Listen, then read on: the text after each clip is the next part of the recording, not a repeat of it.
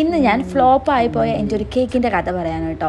ഇന്ന് ഞാൻ ആദ്യമായിട്ടാണ് എഗ്ലെസ് കേക്കാണ് കേട്ടോ ഉണ്ടാക്കിയത്. പുറത്തേക്ക് കൊടുക്കാൻ വേണ്ടി ഉണ്ടാക്കിയതാണ്. പക്ഷേ എന്താ പറയുക, ഞാൻ യൂട്യൂബൊക്കെ നോക്കി ഉണ്ടാക്കിയതാണ്. പക്ഷേ അവരുടെയൊക്കെ നന്നായി വന്നു. എൻ്റെ മാത്രം എന്താ ഇങ്ങനെ വന്നതെന്ന് എനിക്കറിയില്ല കേട്ടോ. നമ്മൾ 1 കിലോ കേക്കാണ് ഉണ്ടാക്കിയത്. നമ്മൾ എഗ്ഗൊന്നും ചേർക്കാത്തത് കൊണ്ട് ഒരു 1.5 കപ്പ് മൈദയൊക്കെ വേണ്ടി വരും കേട്ടോ ഇത് ഉണ്ടാക്കാൻ വേണ്ടിയിട്ട്. അങ്ങനെയാണ് അവർ പറഞ്ഞത്. ഞാൻ ബട്ടർ മിൽക്കിലാണ് കേട്ടോ ഉണ്ടാക്കിയത്. കേടിൽ ഉണ്ടാക്കണം ഞാൻ കണ്ടിട്ടുണ്ട്. കേടില്ലാത്തത് കൊണ്ട് ഞാൻ ബട്ടർ മിൽക്ക് ആക്കി ഉള്ളൂ കേട്ടോ.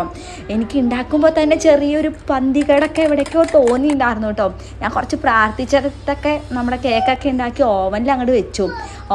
ഒരു 10-45 മിനിറ്റ് കഴിഞ്ഞ് നോക്കിയപ്പോൾ നന്നായിട്ട് പൊന്തിയൊക്കെ വന്നു കേട്ടോ.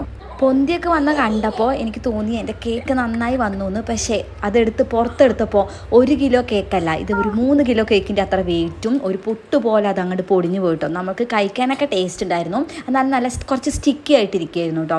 പിന്നെ അത് വെറുതെ കളയണ്ടല്ലോ എന്ന് വിചാരിച്ചിട്ട് ഞാൻ ഒരു പാത്രത്തിൽ എന്തൊക്കെയോ ഗണാഷും നമ്മുടെ ബട്ടർ സ്കോച്ചിൻ്റെ പ്രളയനൊക്കെ വെച്ചിട്ട് ഒരു സംഭവം ഉണ്ടാക്കി തിന്നു കേട്ടോ.